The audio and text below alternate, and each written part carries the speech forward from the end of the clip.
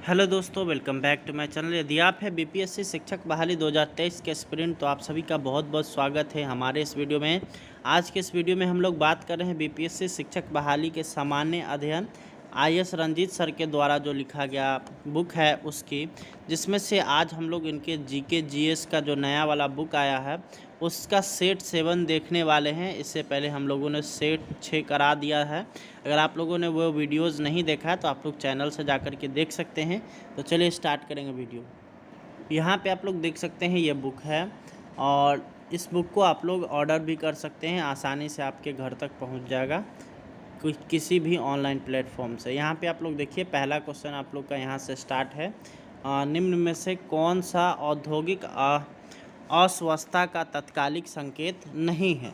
तो यहाँ पे जब संकेत नहीं का बात किया जा रहा है तो लाभ में कमी इसका सही आंसर हो जाएगा, यानी कि ऑप्शन नंबर 1। अगला हम लोग देखेंगे तो निजी आधारित संरचना यानी कि इंफ्रास्ट्रक्चर के निर्माण में रुचि नहीं लेते हैं। क्यों? क्योंकि इसमें क्या होता है, इसमें बहुत समय लगता है, यानी ऑप्शन नंबर सी इसका करेक्ट हो जाएगा। अगला है स्वर्ण बुलियन मान का संबंध किससे है?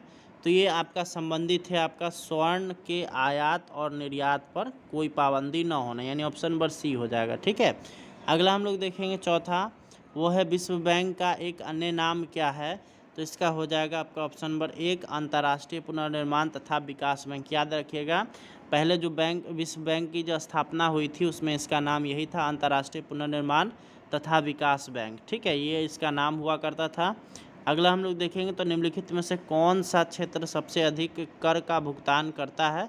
तो यहाँ पे अगर बात किया जाए टैक्स का तो पाँचवा का आपका जो सही आंसर ऑप्शन बी हो जाएगा। औद्योगिक क्षेत्र जो है सबसे ज़्यादा टैक्स देता है, कृषि क्षेत्र और उसके बाद सेवा क्षेत्र के अलावा में। अगला है वर्गीज कुरियन किससे संबंधित है? तो ये हो जाएगा आपका ऑप्शन नंबर बी, यानी कि श्वेत क्रांति से, यानी कि दूध के बढ़ोतरी से। अगला है यहाँ पर भूरी क्रांति किसे कहते हैं? तो भूरी क्रांति कहा जाता है आपका ऑप्शन नंबर डी हो जाएगा। यहाँ पे जो है चारा उद्योग के विकास से भी नहीं, दुग्ध उद्योग के विकास से भी नहीं, भारत में खाद्य प्रसंस्करण एवं शीतल पेय के उद्योग के विकास से भी नहीं, बल्कि ये जो भूरी क्रांति हुई थी वो हुआ था ज़मीन के उपजाऊपन को बढ़ाने के लिए। अगला यहाँ पर है विदेशी मुद्रा दर का अर्थ वह दर है जिस पर एक देश की मुद्रा का व्यापार किया जाता है।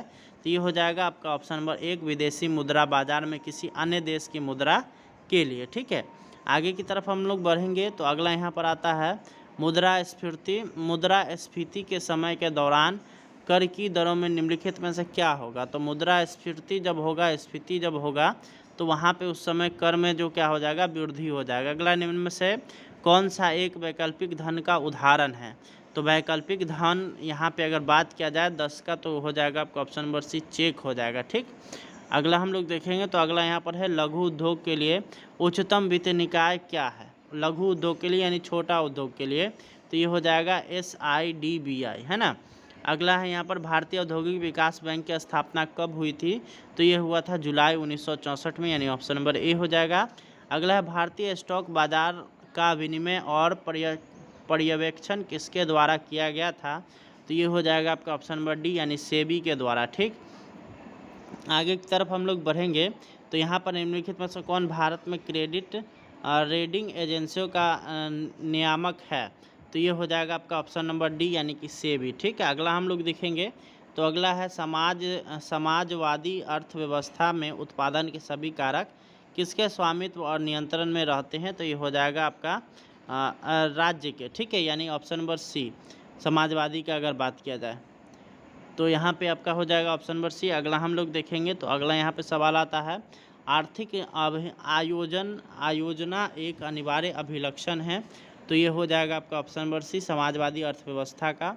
अगला सवाल हम लोग यहाँ पे देख रहे हैं वो है भारत में कृषि आय की गणना की जाती है कौन सा विधि से? तो इसमें इसका सही आंसर हो जाएगा उत्पादन विधि से। ठीक है, अगला हम लोग देखेंगे तो अगला है भारत में राष्ट्रीय आय का आकलन पहली बार किसने किया था? तो ये हो जाएगा आपका ऑप्शन नंबर बी दादा भाई नौरोजी ने। 18 का आपका हो जाएगा ऑप्शन नंबर बी दादा भाई नौरोजी ने। ठीक है, अगला यहाँ पे देखेंगे किसने ग्रामीण निर्धनता उन्मूलन के लिए मॉडल अपनाने का समर्थन किया था? तो इसका जो सही आंसर हो जाएगा वो हो जाएगा आपका ऑप्शन नंबर डी, यानी APJ अब्दुल कलाम ने। ठीक है, अगला हम लोग देखेंगे तो यहाँ पर है देश में कौन से 3 वर्षों की अवधि को योजना अवकाश के रूप में मनाया जाता है। तो ये हो जाएगा आपका 20 का आपका ऑप्शन नंबर बी। ठीक है, 1966 से लेकर के 1969। अगला हम लोग देखेंगे तो यहाँ पर है गरीबी हटाने के लिए पहली बार किस योजना पर जोर दिया गया था। तो यहाँ पे आपको योजना बताना है कि किस नंबर का योजना हुआ करता था। तो ये था आपका 5वीं योजना। ठीक, आगे की तरफ हम लोग देखेंगे तो भारत सरकार की प्रथम पंचवर्षीय योजना किस पर आधारित थी। पहला है आपका यहाँ पे आपका ऑप्शन जो दिया गया है 22 का, वो हो जाएगा आपका ऑप्शन नंबर बी। तो यहाँ पे बी नंबर आप लोग का ऊपर हो जाएगा, यहाँ पर है बी है आपका हेराल्ड डोमर मॉडल। ठीक है, हेराल्ड डोमर मॉडल। अगला है कौन सी पंचवर्षीय योजना केवल 4 वर्षों की थी। तो यहाँ पे याद रखिएगा सभी पंचवर्षीय योजना 5 वर्ष की होती है, लेकिन इसको 4 वर्ष का ही किया गया था। ये थी 5वीं पंचवर्षीय योजना। ठीक है, अगला हम लोग देखेंगे तो अगला सवाल यहाँ पर है कौन सा बैंक पहले इम्पीरियल बैंक ऑफ इंडिया कहलाता था। तो यहाँ पे देखिएगा, यहाँ पे जो आपका जो सही आंसर हो जाएगा 24 का, वो होगा आपका ऑप्शन नंबर बी, यानी SBI को जो है पहले इम्पीरियल बैंक ऑफ इंडिया कहते थे। अगला यहाँ पर है भारत में सभी राष्ट्रीयकृत व्यापारिक बैंकों की बचत लेखों पर ब्याज दर का निर्धारण किसके द्वारा होता है। तो इसका जो सही आंसर हो जाएगा होगा आपका ऑप्शन नंबर डी, यानी कि भारतीय रिजर्व बैंक के द्वारा। ठीक है, आगे की तरफ हम लोग देखेंगे तो मौद्रिक और उधार नीति निम्नलिखित में से किसके द्वारा घोषित की जाती है।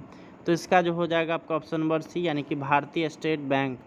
आगे की तरफ हम लोग देखेंगे तो यहाँ पर है भारत में केंद्रीय बैंक का कर्तव्य कौन सा बैंक निभाता है। तो केंद्रीय बैंक यहाँ पे जो आपका हो जाएगा 27 का होगा ऑप्शन नंबर सी, यानी कि भारतीय रिजर्व बैंक। ठीक, अगला हम लोग देखेंगे निम्नलिखित में से कौन सा सार्वजनिक क्षेत्र का उपक्रम है, यानी सार्वजनिक क्षेत्र का यहाँ पे कौन सा बैंक इसमें जो दिया गया है बैंक वो है। तो हो जाएगा आपका ऑप्शन नंबर बी, यानी कि सिंडिकेट बैंक। ठीक है, बाकी सब जो आपको दिखाई दे रहा है जैसे HSBC बैंक ये प्राइवेट बैंक है, साउथ इंडियन बैंक ये भी प्राइवेट बैंक है, उसके बाद बैंक ऑफ पंजाब ये भी आपका प्राइवेट बैंक है। अगला यहाँ पर है भारतीय रिजर्व बैंक के राष्ट्रीयकरण किस वर्ष हुआ था। तो 29 का आपका आंसर हो जाएगा आपका ऑप्शन नंबर सी, यानी कि 1949 में। अगला है मुद्रास्फीति आय तथा धन को किसके पक्ष में पुनः वितरित करती है। तो यहाँ पे हो जाएगा 30 का जो सही आंसर हो जाएगा ऑप्शन नंबर डी, धनवान को। ठीक, अगला हम लोग देखेंगे तो अगला है भारत किसको बिजली का निर्यात करता है। 31 का जो आपका यहाँ पे ऑप्शन दिया गया है, तो यहाँ पे 31 का जो आपका सही आंसर हो जाएगा वो होगा आपका ऑप्शन नंबर ए, यानी कि बांग्लादेश को। अगला है नाबार्ड किसका संक्षिप्त रूप है। तो याद रखिएगा नाबार्ड जो है वो आपका यहाँ पे ऑप्शन नहीं दिख रहा होगा, यहाँ पे मैं ऊपर कर दे रहा हूँ, और यहाँ पर है national bank for agriculture and rural development, यानी नाबार्ड।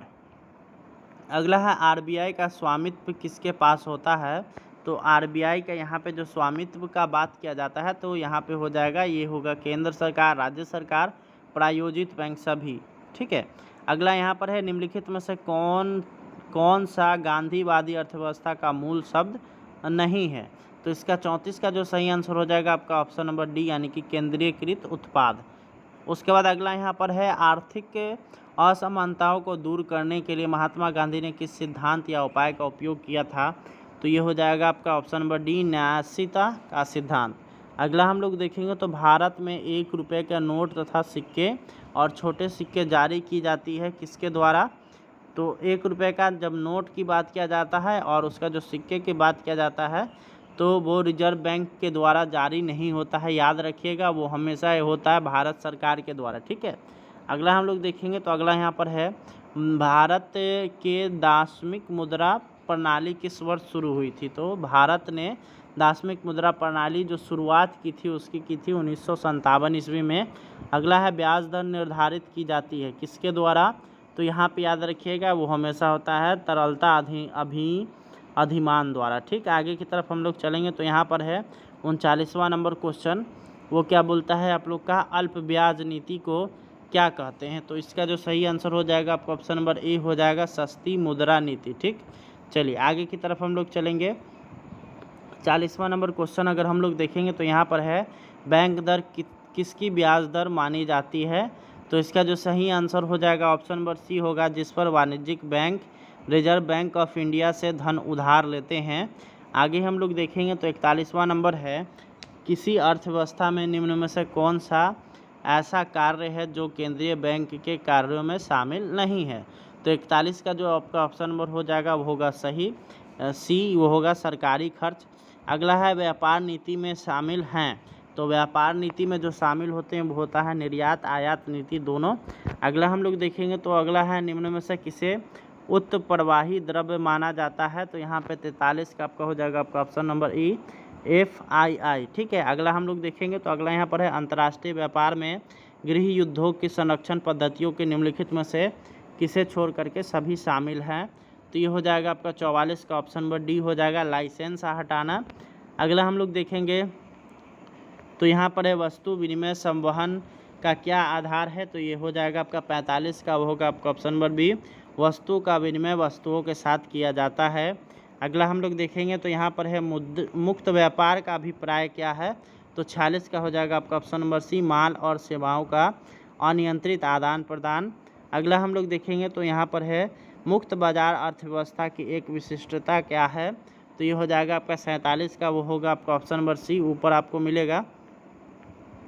यहाँ पे है आपका उपभोक्ता संप्रभुता। 48वां नंबर हम लोग देखेंगे तो किसी मुद्रा यानी करेंसी के अधिकीलन का अर्थ है मुद्रा के मूल्य को इस पर निर्धारित करना। तो ये हो जाएगा आपका 48 का होगा आपका ऑप्शन नंबर सी, उच्चतर स्तर पर। अगला हम लोग देखेंगे 49वां नंबर। तो यहाँ पर है निम्न में से कौन सी समिति बैंकिंग क्षेत्र में सुधारों से संबंधित है। तो इसका 49 का आपका हो जाएगा ऑप्शन नंबर बी यानी कि नरसिंहन। अगला है विश्व व्यापार संगठन की स्थापना कब हुई थी। तो 50 का आपका ऑप्शन नंबर हो जाएगा बी यानी 1995 ईस्वी में। तो इस वीडियो में हम लोग 50 क्वेश्चन तक ही रहने देते हैं, इसके आगे का क्वेश्चन हम लोग अगले वीडियोज़ में देखेंगे। तो उम्मीद करते हैं कि आपको वीडियो पसंद आया होगा। अगर वीडियो पसंद आया तो इसको दोस्तों में ज़रूर शेयर कर दीजिए।